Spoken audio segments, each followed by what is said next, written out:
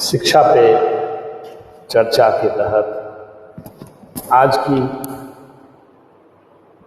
विषय है मानवीय संसाधन और उनके सकारात्मक परिणाम से संबंधित बातें। सकारात्मक सोच और उसके परिणाम, यह एक ज्ञानी, कुशल, आदर्श पुरुष में ही पाई जाती है। बाकी चंद लोग नकारात्मक विचार को ही अपने दिलो दिमाग में अक्सर पालते रहते हैं, जिसका दुष्परिणाम देखने को मिलता है।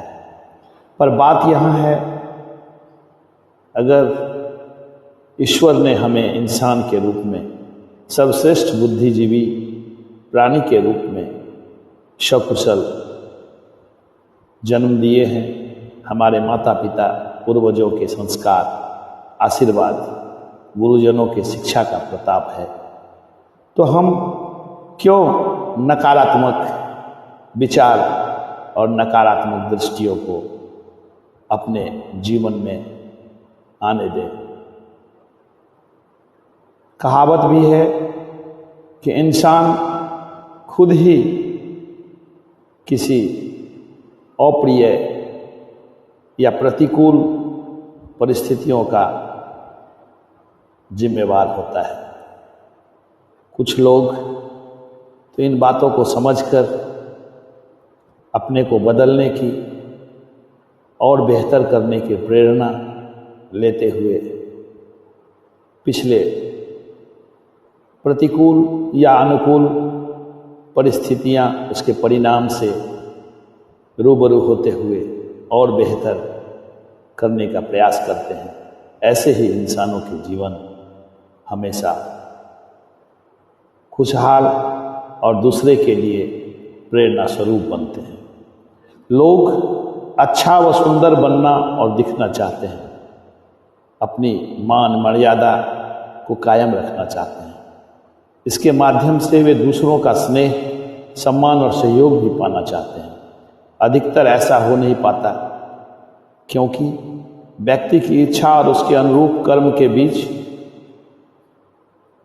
काफ़ी सा अंतर या फासला आ जाता है।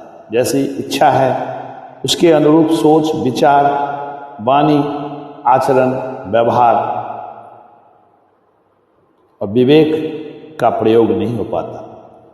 इसमें अक्सर दूसरों को दोष देने के बजाय स्वयं को बदलना जरूरी है। अपने विचारों को सकारात्मक बनाना आवश्यक है। ज़्यादातर समय अक्सर हम प्रतिकूल वातावरण या नकारात्मक परिस्थितियों के बीच रहकर सुनते हैं या उसमें सम्मिलित रहते हैं। यही वजह है कि हमारे अंदर ज्ञान रूपी प्रकाश, प्रगतिवादी विचार होने के बावजूद उस परिस्थिति और समय के आवेश में आकर हमारी सारी सकारात्मक सोच के ऊपर पर्दा पड़ जाती है और हम नकारात्मक विचार से घिर जाते हैं। सुंदर बनने, सबका प्यार व सम्मान पाने का एक ही मूल मंत्र है। हमेशा सुंदर सोच को अपनाना, हमेशा सकारात्मक पहलुओं को अपनाना। सुंदर सोच सकारात्मक सोच है, प्रगतिवादी सोच है, प्रयोगवादी सोच है। सुंदर सोच हमारे पुराने गलतियों को भुलाकर, उससे सीख लेकर आगे और बेहतर तरीके और बेहतर ढंग से अपने को प्रस्तुत करने की एक प्रयोगवादी विचार है। कई बार इसे अपनाना कठिन होता है, क्योंकि बुरे बर्ताव से हमारा मन गुस्से से भर जाता है वह उसे दंडित होते हुए देखना चाहता है। इन नकारात्मक विचारों के कारण व्यक्ति के अंदर घृणा, क्रोध, ईर्ष्या, अहंग आदि पीड़ाओं को सहना पड़ता है। देखा जाए तो लोगों और स्थितियों पर हमारा कोई नियंत्रण नहीं होता, पर प्रतिक्रिया में हमारे जो विचार उद्भूत होते हैं वे हमारे अपने बस में होते हैं। यह हमारा अपना निर्णय होता है कि हम किसी के प्रति कैसा दृष्टिकोण रखें। आप जो बोलते हैं वे शब्द अपने आप मुख से नहीं निकलते, उन्हें हम चुनते हैं। बोल चाहे मीठे हो या कड़वे, हम स्वयं शब्दों को चुनते हैं। हम स्वयं परिस्थितियों को जन्म देते हैं। यदि हम सजग भाव से सोच ले और तय कर ले कि इस स्थिति में हमें अलग तरीके से प्रतिक्रिया देनी है और उसे बार बार दोहराएंगे, अभ्यास करेंगे, तो वह हमारी आदत हो जाएगी। ऐसी आदतों से हम परिवर्तन ला पाते हैं, अपने जीवन में मिसाल कायम कर सकते हैं और छोटी बड़ी मुसीबतों से भी निजात पा सकते हैं। अगर हमें अपने बोल, कर्म, व्यवहार व जीवन शैली में सुखद परिवर्तन लाना है तो अपने सोच, विचार एवं संकल्पों को सकारात्मक बनाना होगा। हमेशा हमारे खुद के अंदर संयम, धैर्य और आत्मविश्वास पैदा करना होगा। अपने सोच व विचार संकल्पों को हमेशा सकारात्मक पहलुओं के बीच रहकर सुखदायी संकल्पों के संगठित बल से ही पूरी सृष्टि सुखमय बन सकती है, जहां हर व्यक्ति सुंदर बन सकता है, हर व्यक्ति कामयाब बन सकता है, हर व्यक्ति आदर्श स्थापित कर सकता है। ऐसे कई सारे उदाहरण हैं जो अपने जीवन में महानतम उपलब्धियों को हासिल किए। प्रारंभिक में उनके जीवन काफ़ी दुखदाई, असफलता भरी रही, लेकिन जिस दिन उन्होंने अपने काबिलियत को, जिस दिन लोगों ने अपने काबिलियत को पहचाना, अपने अंदर दृढ़ शक्ति, सकारात्मक सोच की नींव डाली और उसके बाद किए हुए हर कर्मों से उन्हें सफलता ही मिला। फर्क नहीं पड़ता है, सच्चे लगन, सच्चे उत्साह, अच्छे कर्म किए फिर भी विफलता आती है, क्योंकि सफलता की दौड़ में बहुत सारे प्रतियोगी रहते हैं, एक से बढ़कर एक से बेहतर एक। अगर हम ईमानदारी से अपना कर्तव्य का निर्वहन किए, हमारे अंदर शिक्षा, संस्कार सब कुछ है, फिर भी अगर हम असफलता हासिल हुई हमें, तो इससे घबराना नहीं चाहिए, क्योंकि हर एक के अंदर अपनी विशिष्ट गुण, विशिष्ट पहचान होती है।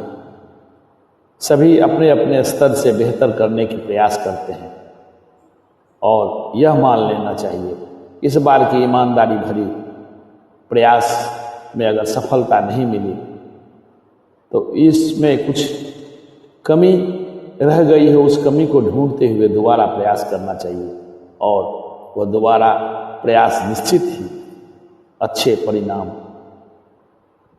लाएंगे।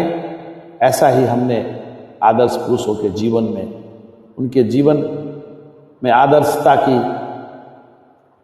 विषयों को अध्ययन करने के पश्चात यह ज्ञान या यह अनुभव हमें और सभी को प्राप्त हुई है। धर्म और अधर्म, पाप और पुण्य सदैव मानवीय विमर्श के केंद्र में रहे हैं। नाना प्रकार के सुख पुण्य कर्मों से ही प्राप्त होते हैं, यह एक अवधारणा है। जबकि पाप का परिणाम कष्टदायक है, इसलिए पाप करने वाले मनुष्य भी पापी के परिणाम से बचने को सोचते हैं। जो जैसा करेगा वैसा ही भरेगा, एक सिद्ध संकल्पना है। इसके बावजूद आश्चर्य की बात है कि लोग पापों के परिणाम से तो बचना चाहते हैं, किंतु उन प्रवृत्तियों को छोड़ने के लिए तैयार नहीं होते जो पाप कराती है। वही सुख सभी चाहते हैं, लेकिन परोपकार आदि पुण्य कार्यों में धर्म, प्रचार, उच्च विचार, संतों की सत्संग, संतों की वाणियों पर अमल करने पे हमें पुण्य कार्यों की प्रवृत्ति हमारे अंदर आती है जो सुख और संतुष्टि का साधन बनता है। अर्थात चाहते कुछ और हैं और कर्म उसके विपरीत करते हैं, तो हमें सकारात्मक परिणाम कैसे प्राप्त होंगे। स्मरण रहे, मन, वचन और शरीर के माध्यम से कोई भी पाप प्रवृत्ति आकार ले रही हो तो उसे रोकना ही धर्म है। अन्यथा आज नहीं तो कल पाप का परिणाम अवश्य भोगना ही होगा। इसलिए यदि नियति के कोप से बचना है तो फिर पुण्य कर्म में ही प्रवृत्त होना श्रेयकर है। यह अलग बात है कि आप जिस तरीके जो सकारात्मक पहलुओं के साथ आगे बढ़ते हैं, दूसरे के नज़र में वह अच्छे कर्म न हो। हर इंसान का अपना अपना संस्कार, अपने अपने सोचने की तरीका होती है। किसी को सहज ही किसी के अंदर नकारात्मक पहलुआं नजर आती है। हो सकता है उनके नज़र में वह प्रतिकूल कर्म हो, लेकिन आप अगर उसकी रूपरेखा, उसकी समझ, उसकी पहचान और उसके तरीके अगर सही हैं तो क्या फर्क पड़ता है कोई आपका साथ दे और ना दे। खुद अकेले दृढ़ संकल्प के साथ, दृढ़ इच्छा शक्ति के साथ अपने उस सकारात्मक पहलुओं को साथ लेते हुए अपने पूर्वजों का संस्कार, आशीर्वाद, गुरुजनों का आशीर्वचन लेते हुए, कृपा पाते हुए आगे की ओर बढ़ें। जब आपको सफलता मिलेगी तब वही प्रतिकूल विचार देने वाले, प्रतिकूल विचार पैदा करने वाले लोग आपकी उस महान कर्म और उसके परिणामों को देखकर स्वतः ही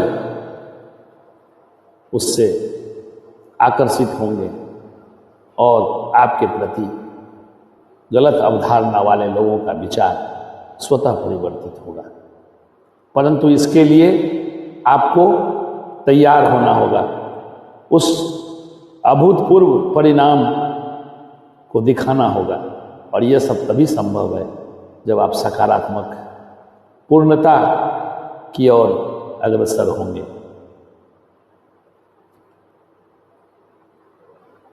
अन्यथा आज नहीं तो कल गलत कर्मों का परिणाम आपके नकारात्मक सोच का परिणाम आपको नीचे गिरा देगा। इसलिए यदि नियति के कोप से बचना है तो फिर पुण्य कर्म में ही प्रवृत्त होना श्रेयकर है। पुण्य कर्म किसी भी प्राणी को दुख और कष्ट से संरक्षण प्रदान करते हैं। जितनी भी शुभ प्रवृत्तियां हैं पुण्य है और अशुभ प्रवृत्तियां पाप है। इसलिए हम शुभ में प्रवृत्त हों और अशुभ से बचें। इस चराचर जगत संसार की व्यवस्था को सुचारू रूप से चलाने के लिए परोपकार, दूसरों के दुख दर्द को जानना बहुत आवश्यक है, क्योंकि प्राणियों का जीवन एक दूसरे के सहयोग पर ही आश्रित है। हम जब दूसरों के सहयोग या उपकार के पात्र बनते ही रहते हैं तो दूसरों का उपकार करना भी हमारा कर्तव्य हो जाता है। इस शरीर का धारण अपने पोषण और संरक्षण तक ही सीमित न रखकर दूसरे के लिए भी यह जीवन कुछ काम में आए, ऐसा लक्ष्य निर्धारित करना चाहिए। यह शरीर तो प्रतिक्षण विनाश की ओर बढ़ रहा है। हर एक दिन हमारे अच्छे बुरे कर्मों के परिणाम सामने आते हैं, परंतु इस शरीर से जो भी कुछ दूसरों की भलाई हो जाए वही अच्छा है।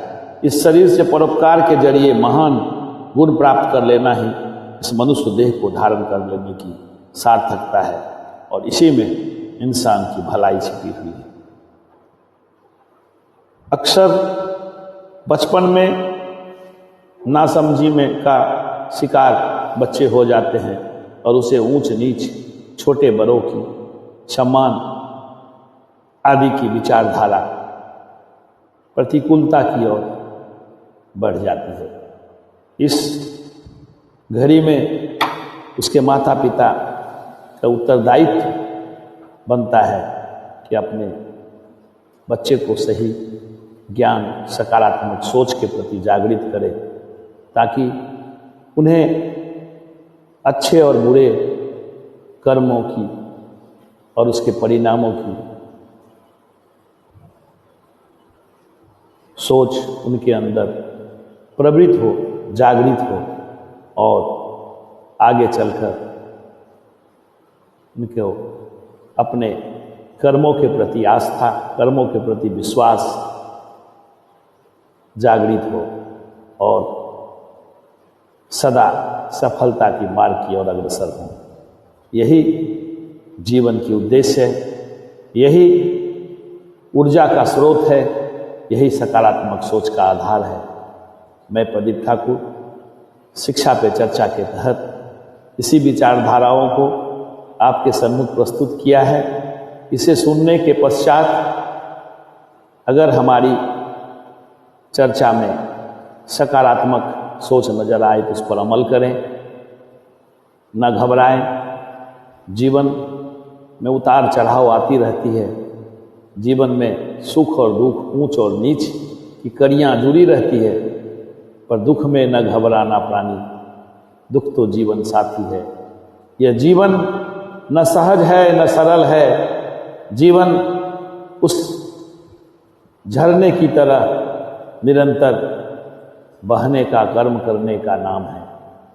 जीवन में कटुता आएगी, जीवन में विवशता आएगी, जीवन में असमर्थता आएगी, जीवन में बाधा आएगी, जीवन में विपत्ति आएगी, पर छोड़ सारी बाधाओं, सारी विपत्तियों, सारी विषमताओं को, अपना ले सकारात्मक सोच को और आगे बढ़ अपने जीवन के प्रगति पथ की ओर। इसी में तुम्हारी भलाई है, इसी में तुम्हारी सुखद, सहज, सरल, सुखदायी मार्ग और दूसरे के प्रति मिसाल बनने की काबिलियता है। तो आओ हम सभी यह प्रण लें कि न दुख से कभी घबराएंगे, हमेशा सकारात्मक सोच के साथ जीवन के क्षण को, जीवन में संघर्ष के क्षण को अपनाएंगे, आगे बढ़ेंगे। यही शुभकामना के साथ आप सबसे विदा लेता हूँ। मैं प्रदीप ठाकुर, पटना आवाज़ की ओर से। धन्यवाद।